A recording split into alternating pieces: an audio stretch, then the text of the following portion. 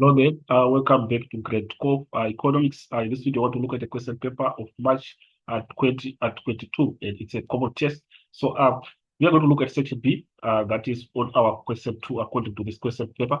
So our question is got 40 marks, and it's going to spend on average 30 minutes. And specifically is looking at macroeconomics. So on the first part of our question, it is either the following questions: 2.1.1, name two instruments of the fiscal policy. Our question is got 2 marks. We have, according to our fiscal policy, we have got two main instruments that are employed, which includes taxation and also government spending. But also we have a public debt as an instrument that can also be employed in terms of fiscal policy. So this is what we have in terms of 2.1.1. Then 2.1.2, what is the impact of a recession on the economy? So the impact of a recession in the economy. So specifically, we can try to understand what scenario do we have when we are experiencing an economic recession. So when there's an economic recession, it is an indication that there is a contraction that is occurring in terms of economic activity in the economy. So it is described by a broad decline in economic activity, just to be brief. So the question now is asking on the impact of recession in the economy. So obviously, we are going to see it is characterized by unemployment, obviously, because economic activity, there is contraction of economic activity. We are going to see less workers being accommodated in workplaces, and at the end of the day, we are going to see an increase in unemployment. So basically, we have those reasons listed on the other section. So on the other section, that is on 2.1.2, it reads what is the impact of recession on the economy. And obviously, the first rate is lowering the standard of living and increased dependence rate to the government. So this becomes the first point that we have.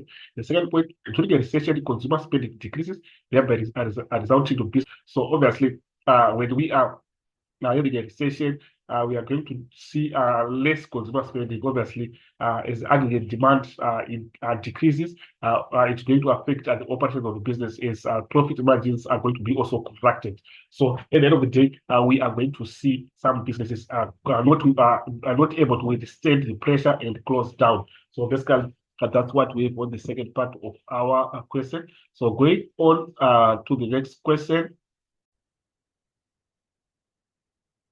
For the next question, 2.2, reads start the picture below and answer the question that follow. So we are given a picture that we are given there, whereby we are seeing sort of a railway that is showing an upward movement initially, and then we've got a downward movement that is following. So on top of it, we are seeing sort of a trolley that we are having there, where we have people inside, and it's labeled GDP.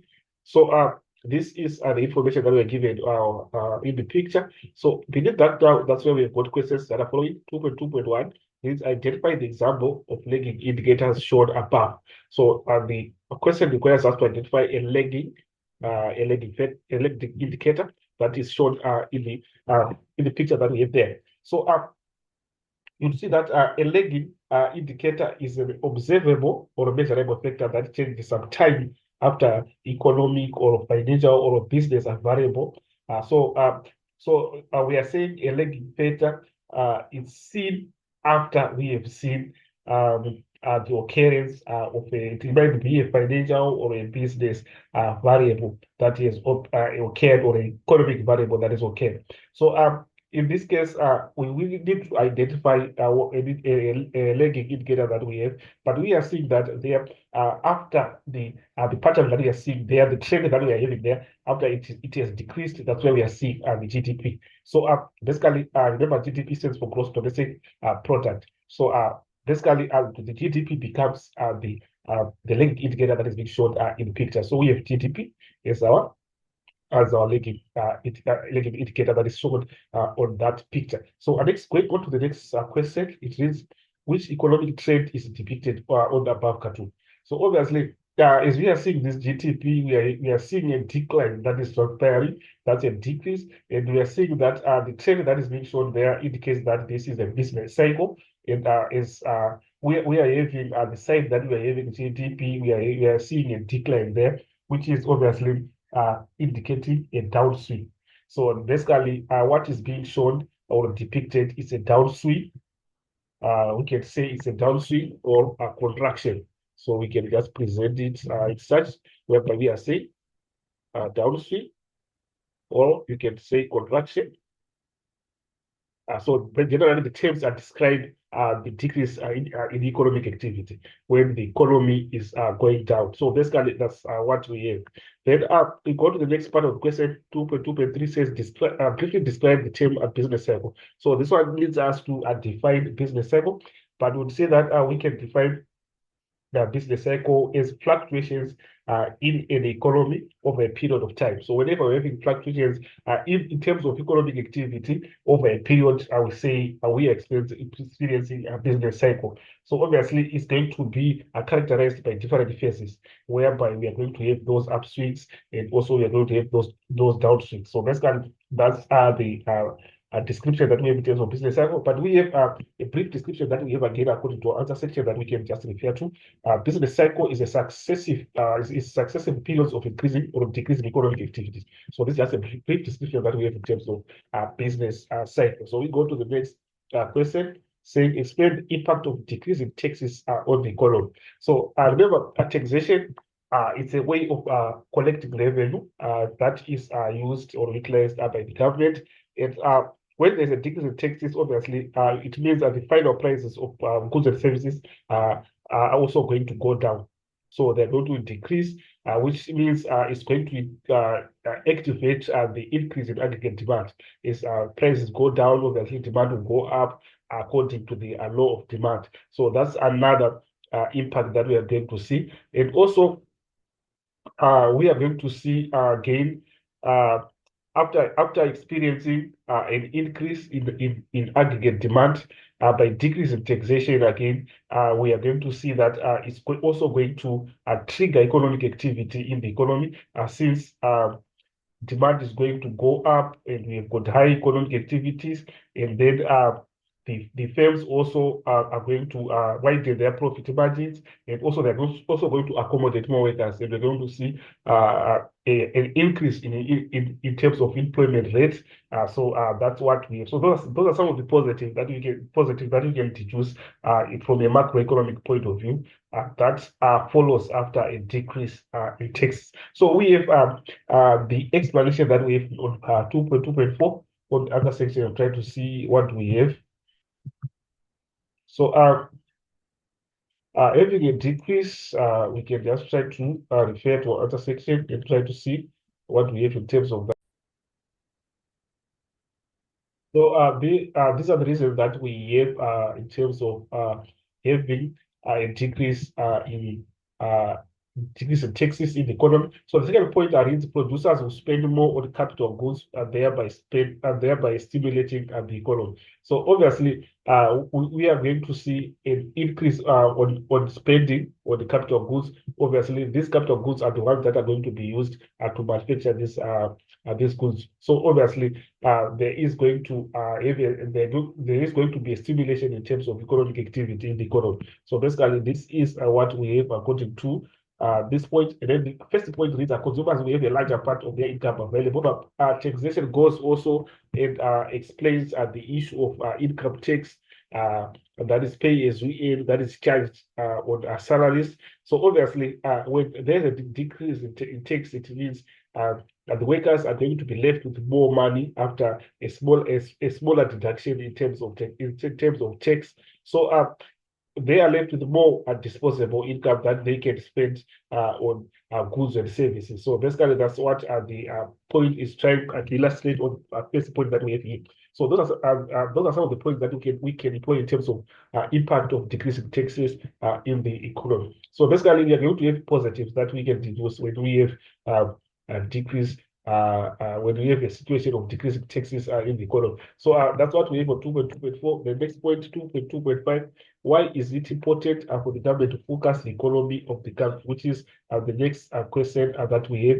Why is it important for the government to focus the economy of the country? And the question has got 4 marks. So focusing obviously is looking ahead in terms of what the level of economic activity will be in the economy. So By forecasting, it means the government can foresee what is going to transpire in the future, and it can plan in advance, which becomes a positive from the government point of view. So we go to our other section and try to see what explanations and we have in terms of that. So the first point is undertaking policy planning. So it's going to assist the government in terms of policy planning. And then the second one, economic forecasting, is used by the government to determine how to allocate the resources of the state. So the resource allocation also is enhanced when the government embarks on forecasting. And lastly, with economic forecasting, help the government to determine the financial state of the country. So it can also be able to see what is the financial position that the government is sitting, so that it can maybe react accordingly. So that the operations that are there in the economy are not greatly affected. So basically, that's what we have for 2.2.5. And we go to the next question. So next question is 2.3, and it reads, study the excerpt below and answer questions that follow. So we're given a budget at 2022 in a nutshell. So we're given a scenario that we're given, actually, that the Minister of Finance warned that government debt was dangerous. It has reached a 4.3 trillion rands and is projected to rise to 5.4 trillion rands over the medium term. On average, 20 cents of every rand collected in government revenue is now being spent on debt repayments, which is crowding out spending on health and basic education. So basically, this is the information that we are given. Then believe that 2.3.1 identify the fiscal instrument that is discussed above. So now we try to see what fiscal instruments do we have there, but we are seeing that it is about government debt. That information that we're given is describing the issue of government debt. So obviously, on 2.3.1, we are saying it's government. The instrument that we have is government debt. So government debt becomes the response of 2.3.1. Then 2.3.2, name the government department that is responsible for budgeting. We know that this is a responsibility of the Department of Finance. So we have a Department of Finance being the one responsible. That's 3.2. Then the next question reads, briefly describe the term medium term expenditure framework. So medium term expenditure framework. So medium term expenditure framework comes as a system of budgeting, and usually it covers on average a period of 3 years. So this is information that we have on medium term expenditure framework. So we go to our other section, try to see what explanation do we have. It's described as the medium term expenditure framework is a system of budgeting which requires the state to use a rolling budget and set budgets for a 3-year period. So basically, that's a brief description that we have in terms of the medium term expenditure framework. Then we go to the next question, 2.3.4. What is the negative impact of budget deficit on the service delivery? So obviously, a budget deficit whereby in terms of the forecasting, we are forecasting that there will be more expenditure than revenue. So whenever our expenditure becomes greater than the revenue, we are not in the budget deficit. So what negative impact does it have now on a service delivery? Obviously, service delivery is going to be negatively affected. That's something which is very clear. So we go to our other section to see what response do we have. On the first part, saying a budget deficit comes with a high level of debt for the government, thus retarding the efficiency of the state when it comes to the provision of public goods and services. So that's the first point that we have. The second point, a shortfall in government revenue means that some public servants lose their jobs, which slow down service delivery, thus causing community members to become disgruntled, and consequently service delivery protests may arise. So we are seeing the issue of unemployment that is coming in as the government tries to cut costs and maybe try to cut costs because the revenue is appearing to be less than expenditure. So basically, it's also going to cascade to affect the issue of service delivery, which is also going to lead to complaints coming from the community. So basically, those are some of the negatives that we can deduce in terms of a negative budget deficit. So basically, the question for government departments to the public funds. obviously, this is a way to try to make the way that these funds are being utilized to be the people that are responsible to be accountable for the way these funds are being handled. So the reason that we have is of transparency, to make sure that it's transparent to everyone. It also obviously this is to make sure of the employment of accountability, so that the parties that are responsible become accountable to what is transpiring in terms of those public funds. So basically, those are the explanations that we are going to have on our other section, and try to go there and see what we have. So at the first point, they say government departments are there to serve the people, and therefore they have the responsibility to show that they are active in the interest of the people they serve. So this becomes the first point. Second point, that government departments need to be transparent about state funds, so that a good relationship with the public can be maintained. So the issue of transparency. And then I will go to the last point, we got accountability. Accountability sessions by government departments are used to monitor whether the state is able to achieve its objectives. So basically, this becomes the last point that we have.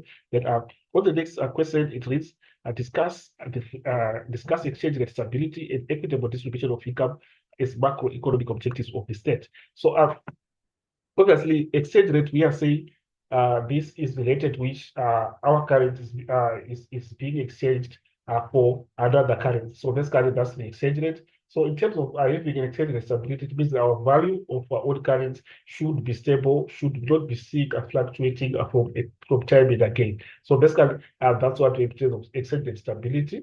And we have got also equitable distribution of income. Obviously, this is explained from the point of view of redistribution of income in terms of transferring income from the more privileged to the less privileged, that is from the rich to the poor. So basically that explains the redistribution of income. So basically in terms of exchange rate stability now, the first point that we have is that the state tries to protect the country's currency from excess depreciation and appreciation. So basically that's the first point. And then excess depreciation, let's say the currency is losing value, extremely losing value, and appreciation, it's extremely gaining value. This is due to the movements of the forces and supply and demand of foreign currency. So that's basically how exchange rates are determined within the context of depreciation and appreciation. So we go to the next sentence. Depreciation and appreciation creates uncertainty of producers and investors, and should therefore be limited. And then we have got monetary and fiscal policy are used to ensure that exchange rate maintained relatively stable for as long as possible. So stability is making sure that it doesn't greatly fluctuate, and also it doesn't lose value.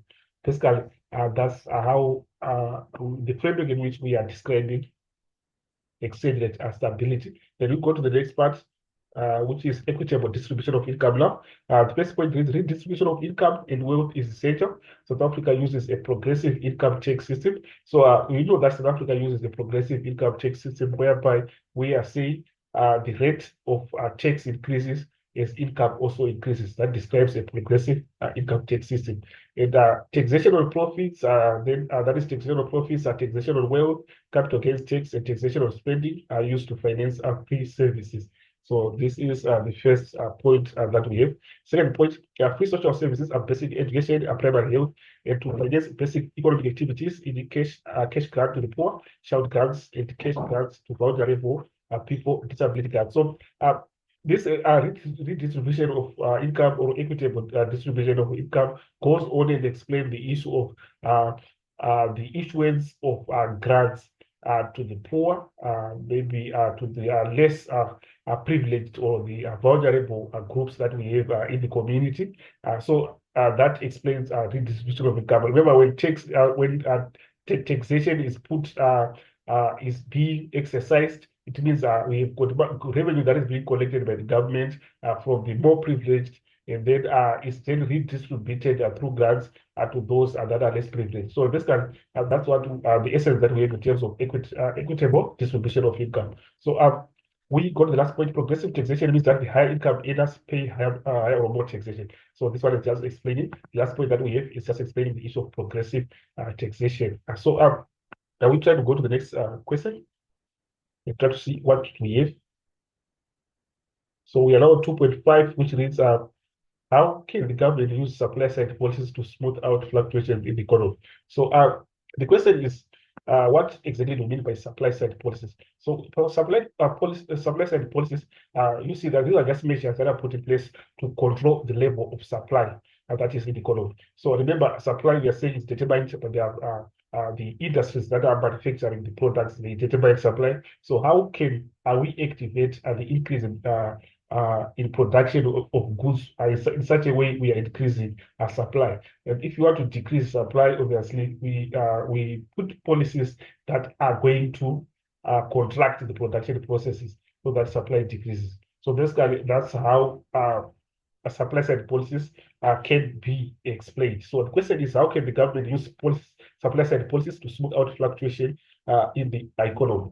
Remember, when we are having fluctuations, we are having sudden increases and decreases that are occurring in terms of economic activities. So we go to answer section, trying to see how is this answered.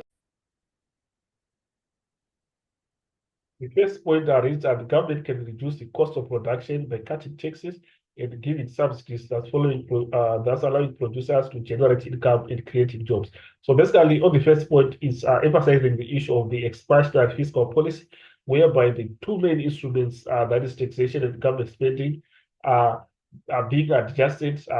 In terms of taxation, we are saying our tax is being reduced so that maybe at the end of the day, we are going to see a reduction in prices, and also the cost of production also going to go down as the final prices is decreased. Remember, the producing companies also buys those inputs or raw materials which are also charged taxation. So when taxation go down, it's going to also reduce their costs. Then cost of production goes down, they expand their production. And also in terms of increasing subsidies, remember, subsidies are there. We are saying this is a funding that is directed to firms or companies that are facing high cost of production, so that cost of production goes down. So basically, at the end of the day, what is being protected is the consumer by charging less prices. So our first point reads, government can reduce the cost of production by cutting taxes and giving subsidies that's allowing producers to generate income and creating new jobs. So obviously, when we are having the expansion of production, firms expand their production capacities, we are going to see also more workers being accommodated at workplaces, and it's going to reduce unemployment. So basically, that's what we have on the first point. The second point, government spending can be channeled towards infrastructure development and technological development, thereby improving economic growth. So when we have government spending being channeled towards infrastructure development, also is going to be a positive from the point of view that we are going to see more workers being accommodated during to do the work of infrastructural development. So basically, that's actually a positive that we can deduce, a macroeconomic positive that we can deduce from that. So we go to the next point. It can improve the quality of human resources by implementing training and education programs, which consequently increase the overall efficiency of resources. It can promote exportation of goods and services that's aiding foreign income for country. So the last point is emphasizing on the issue of training and educating the workers that we have, the potential workers that we have in the economy. And at the end of the day, when they have the knowledge, they can go and produce more goods and services efficiently. So basically, that's what we have. The last point, I said the government can promote competition by implementing competition laws, therefore making markets accessible to everyone. So by promoting competition, obviously, the basis of promoting competition is described by creating an environment whereby more firms will start to operate, and we have more firms that are operating. And with that now, that's when competition is enhanced. So from that now, we can use also more positives, as we are going to see more products that are going to be produced due to many more companies that are now inside the industry are producing. So basically, that's what we have. This becomes our last point, the last point that we have for 2.5, and at the last part of the question on our essay. So thank you for listening. Please, those that you haven't subscribed, please subscribe and share. Let's share the link to our colleagues who are doing great co of economics. More typical examination questions will be uploaded on this channel. Let's stay tuned for more videos. We'll meet again in the next video. As for this video, I'm signing out.